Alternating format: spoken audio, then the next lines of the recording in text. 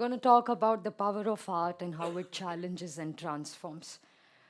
Because we are in, let me be true, we are in a society where creativity is undervalued. And what I create is not valued for a long time. And it's been an uphill battle for me, especially in India. It's so the society made me stay in a very tight and a neat box.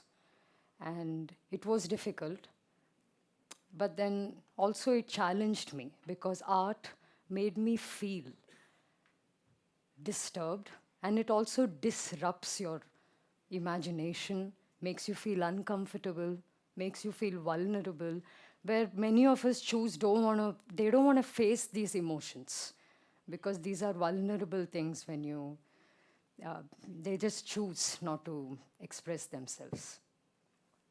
Yeah.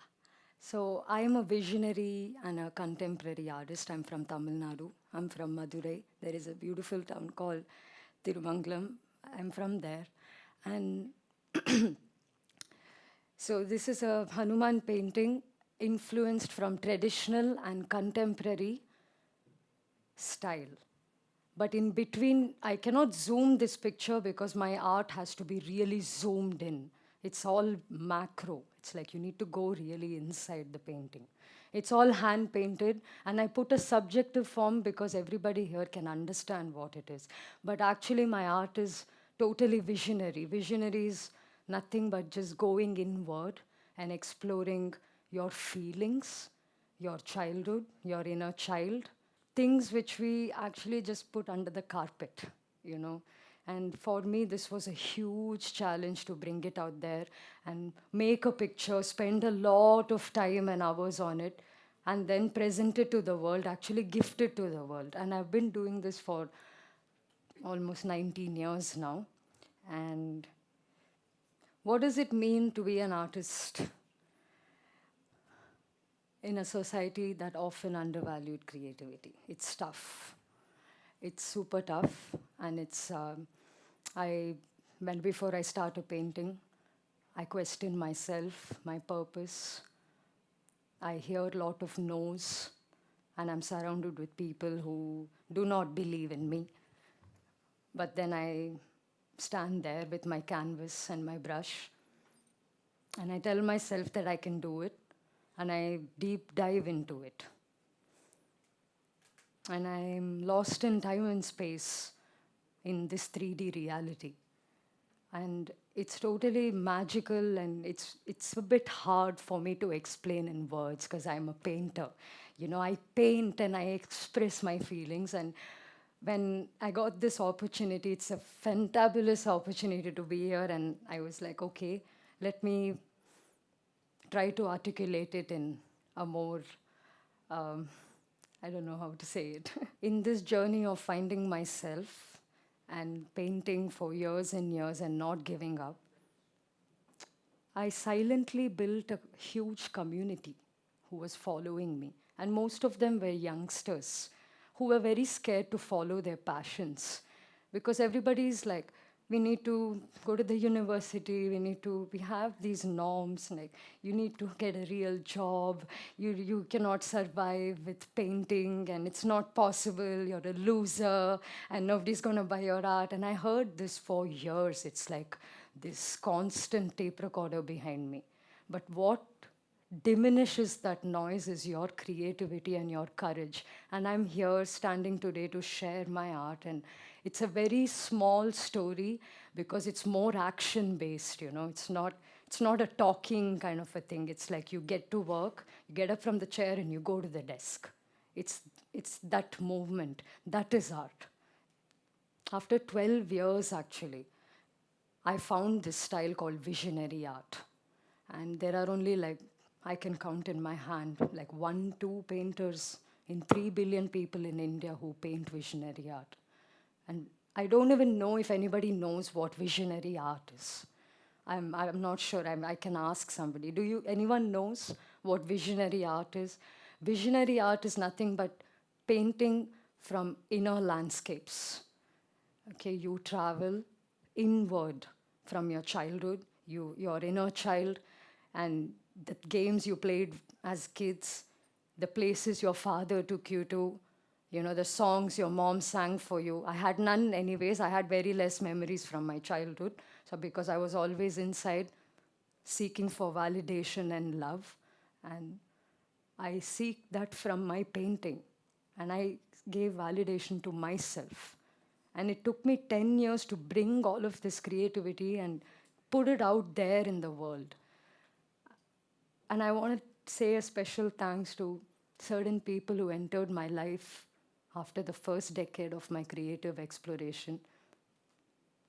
They really lifted me up on a daily basis, from buying me materials, from giving me good experiences, motivating me, and most importantly, believing in me. And these are actually very small things, but for me, small things are the big things, okay? Because these are the grand gestures for me. It was my parents and my sister. My sister is actually also my mentor. She's younger than me, but she's so wise. And I want to say I love her so much today. I am here because of her. And she's one of the best people in my life. And yes, she is the person who put me here, actually. And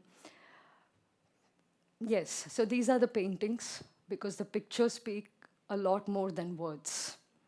You know, let's go to the next one. Yes. The center painting you see is the painting I named as Knowledge is My Quest. It's a human anatomy sitting on a pile of books. It's hand painted, and I've used more than 10 different materials. And it was a trial and error. And it's not easy exploring different materials for one painting because it tears, it burns, there are fumes. But somehow this experiment survived. Visionary art is also an experimental kind of a genre. And the last one there is a Ganesha. These pigments are made by me. It's pigment called gouache. They are heavy pigments which look in sunlight like a bed of velvet. Yes. And I would say that paintings and your inner exploration and your deliverance and all of these three things put together is a, is a very beautiful recipe, I can say. I got a couple emails from this really beautiful university in Vienna. It's a visionary art school. I had a professor write to me and he was like, this is a niche technique. But I've not gone to any art school. I'm at home. I'm buying art materials from my local vendor. I'm using the most local things and I'm making art. But somebody found me on the internet. I was discovered in 2018. And they wrote an email to me. It's like, Malvika, this is a niche technique. The third painting you see is a niche technique and it's made under ultraviolet light. So it glows under a UV light. And he was like, how did you learn this technique? This technique was found in the 60s. I said, I'm not sure what you're talking about, sir. And you have given a name for this technique now. Thank you so much. It's like, we would like to invite you to come to Vienna and teach. I'm like, sir, I'm 19. I don't think I can, because I didn't want to say I can't because of the resources and the permission, Tamil girl, not married, not having kids, how to go to US, go to Europe. It's not possible in today's world. So I was like, thank you for the invitation. And I don't want to take this like an ego boost, but I'm really grateful that you acknowledged me and my skill. And I will remember this forever. And then I had an opportunity in 2011. This is what broke me. This is what made me continue art no matter who's gonna stop me. In 2011, I had this really magical silver platter laid to me by a friend in Bangalore. It was a very well-reputed art gallery. And the stall to just display your art was like 1.5 lakhs back then. I did not have the resources. But the guy who invited me had the resources. He's like, I will give you one small section here. You frame all the paintings you've made and come put it up on the wall. I was like, yeah, let's do it. And then I borrowed some money, framed the paintings, everything, took it to the gallery, held it, had my parents there. We were all excited for the Kuttu Velakku Etuvanga. Every inauguration, they light the lamp, and I was waiting. Then the critics come in. For an artist, a critic, critiquing is really like it's like a head, like you go front if you get a good critic. But for me, it was not like that because I'm self-taught. I did not go to a university, so the critics came. They were going through every booth, and they were looking at every painting. And finally, booth number 42 appeared. It was my booth, and they came, and they were really mean to me. It was really, really hard, and they tore me into pieces. I was a very aspiring artist. Of course, I don't have skills. Of course, I don't have support from anyone. I'm self made. I'm doing everything by myself, standing alone in this journey. I was like, okay, what is wrong? Oh, you're talking back to me. So, like, I'm sorry. What is wrong with my painting? The world is not ready for your art. That's what they said. I said, okay. And I'm not going to continue the show if your art is still on the wall. So it was that moment where in front of the press, media, everything, my art was removed from the wall in 2011 in one of the most amazing galleries in Bangalore.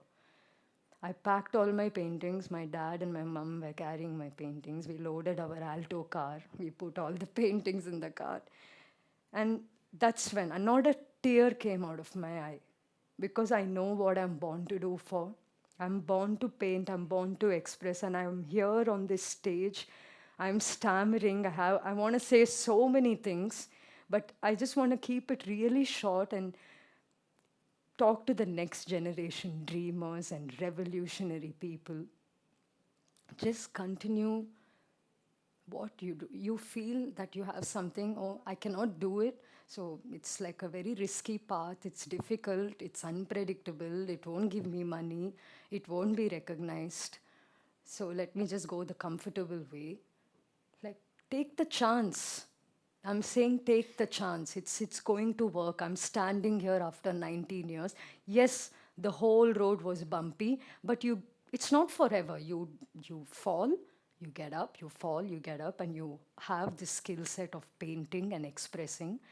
You do that. It can be any form. I'm not saying take a brush and start painting. I'm saying it can be anything, like that hidden thing you have inside you. Do that. It's okay. Like, you don't have to make a career out of it. Just do it. Like, I want to write poetry, for example. I met a student yesterday. She's like, I write poetry, but I'm not appreciated by my family. Why not? Come on, next generation. Come on, parents. You gotta support us. You gotta support our talents. I mean, yes, education is important. Degrees are important. That's all I know. Only these two words I know. I'm not very educated. I quit my education because I knew in 8th standard only I want to be painter.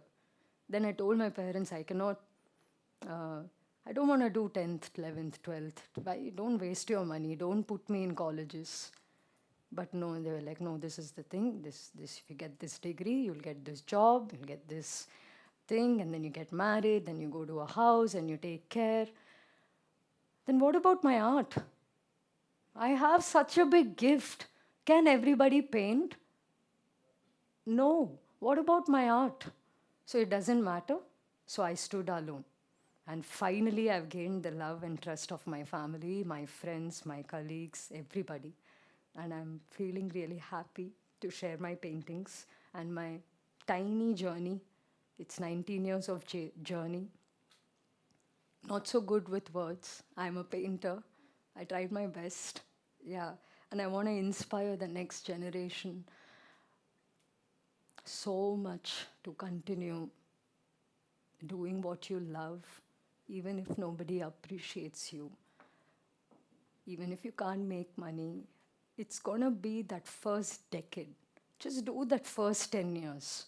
Have people who love you around you. Surround yourself with positivity. If you have the money, travel, eat good food, look at the world in a different way. Like, don't just look at it like this is black, this is like a monochrome way, like look deeper, like kaleidoscopic of humanity. I feel visionary and kaleidoscopic is like kind of like has some kind of a, you know, same sound. The word has the same sound. I feel like that.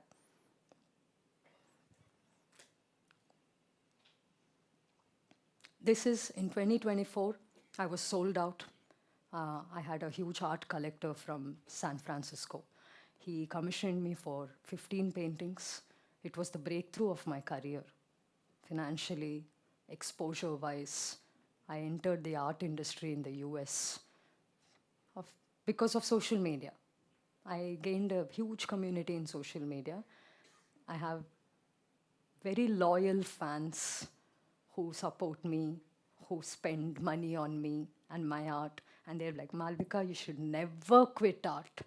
We will support you. We will buy the paints for you. We will buy all your art. We will expose your art. And it's all word to word.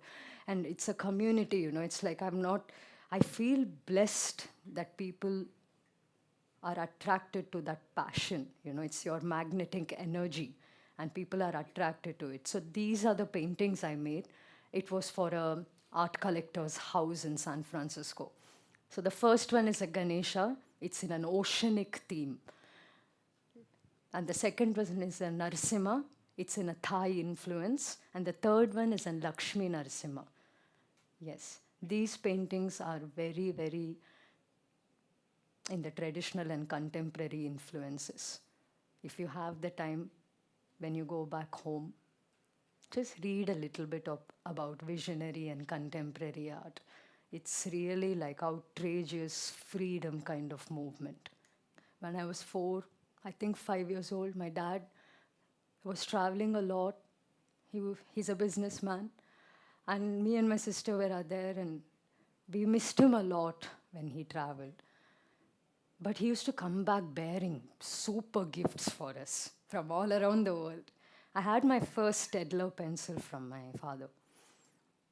And that's the day when I saw the pencil. I've never seen that kind of art materials in India. It was so forward and ahead of time from the graphite. Graphite means pencil without the wood. He got me just the lead, and I couldn't believe it. I was like, where is the wood? I was like, no, this is the pencil. You change angles, and then there is shades. And he just gave me a demo of it. I was so young, but I still remember. I don't know how. That's the power of art. It moves you. You see something and you feel something, and words cannot express those kind of memories. That pencil is one of the reasons why I'm still a painter, because it kind of like sparked that curiosity in my heart. Like, if this is there, what else can be there? I was like, what else? Yes, so these are all the tiny stories that make up who I am, and I'm happy. Thank you, TEDx Sri City, for inviting me here and giving me this opportunity to share my art and my creative journey with all of you.